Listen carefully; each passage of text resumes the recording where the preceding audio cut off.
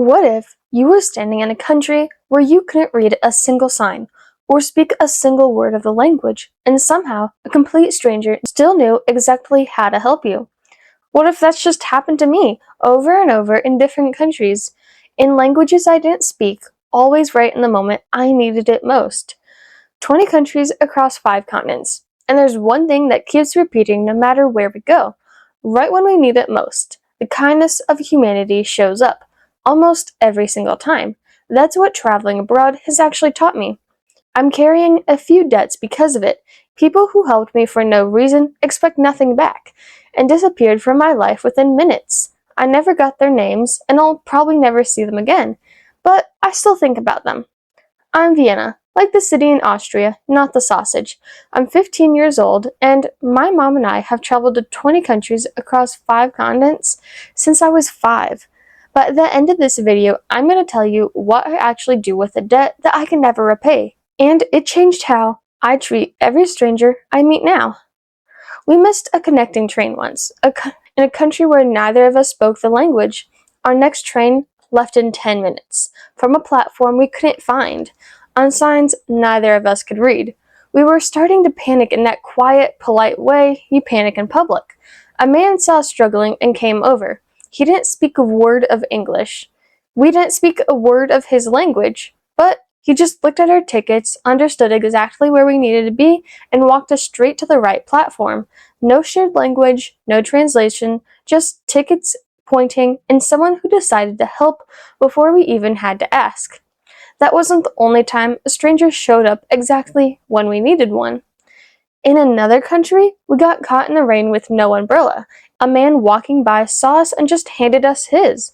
Not to borrow, not to return later, he gave it to us to keep for the rest of our trip and walked off into the rain without one.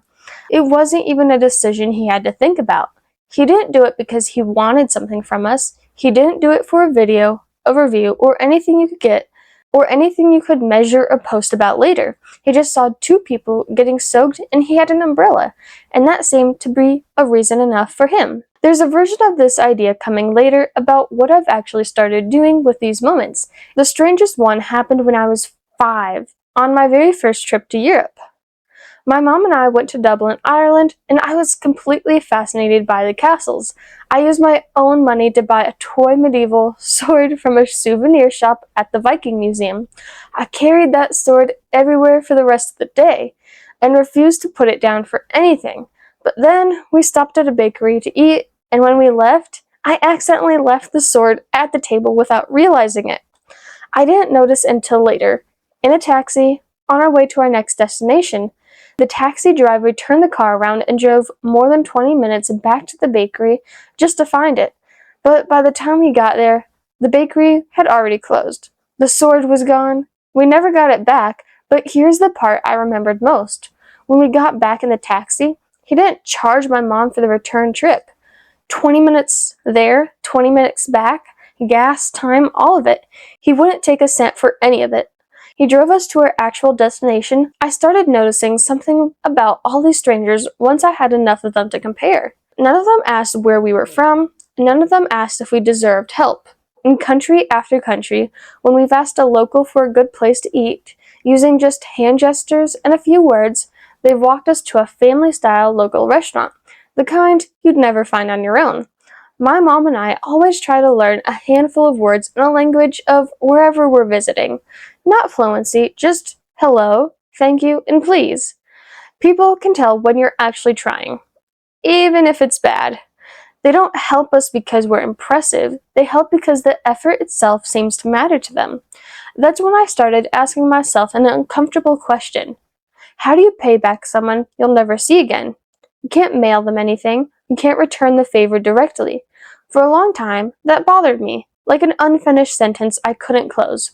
A thank you I never got to send. A sword I never got to keep. Then I realized I was asking the wrong question. The debt was never actually owed to them. It was owed to the next stranger who needs exactly what I once needed. You don't repay kindness backwards, you repay it forward. To a man at a train station whose name I never learned, or a taxi driver in Dublin who wouldn't take a fare for 20 minutes of his own time.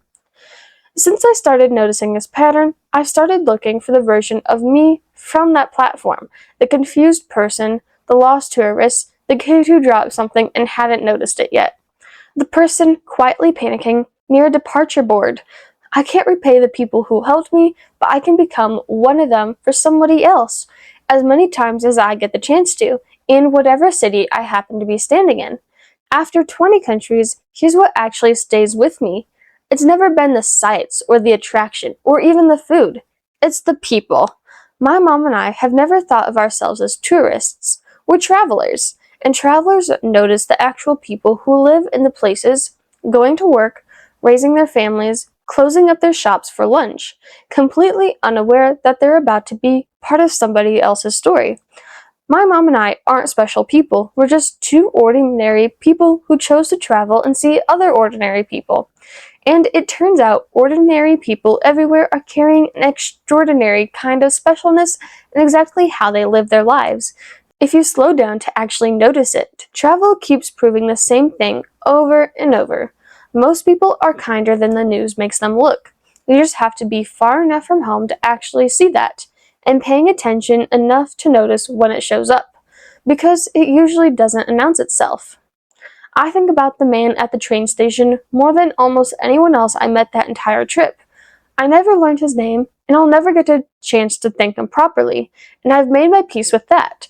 But somewhere, hopefully, he has no idea that a stranger he helped is trying to pay it forward. Years later, in country he may or may not have been.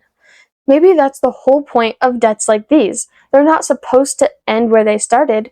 They're supposed to keep moving, from one stranger to the next, long after anyone else remembers where it began.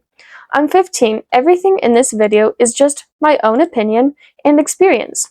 It's meant for inspiration, not expert advice. This video isn't sponsored.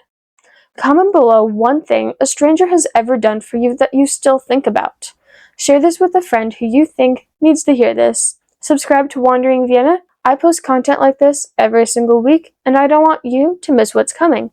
I'm Vienna, this is Wandering Vienna, and make sure to come back because there's always more to explore. Bye!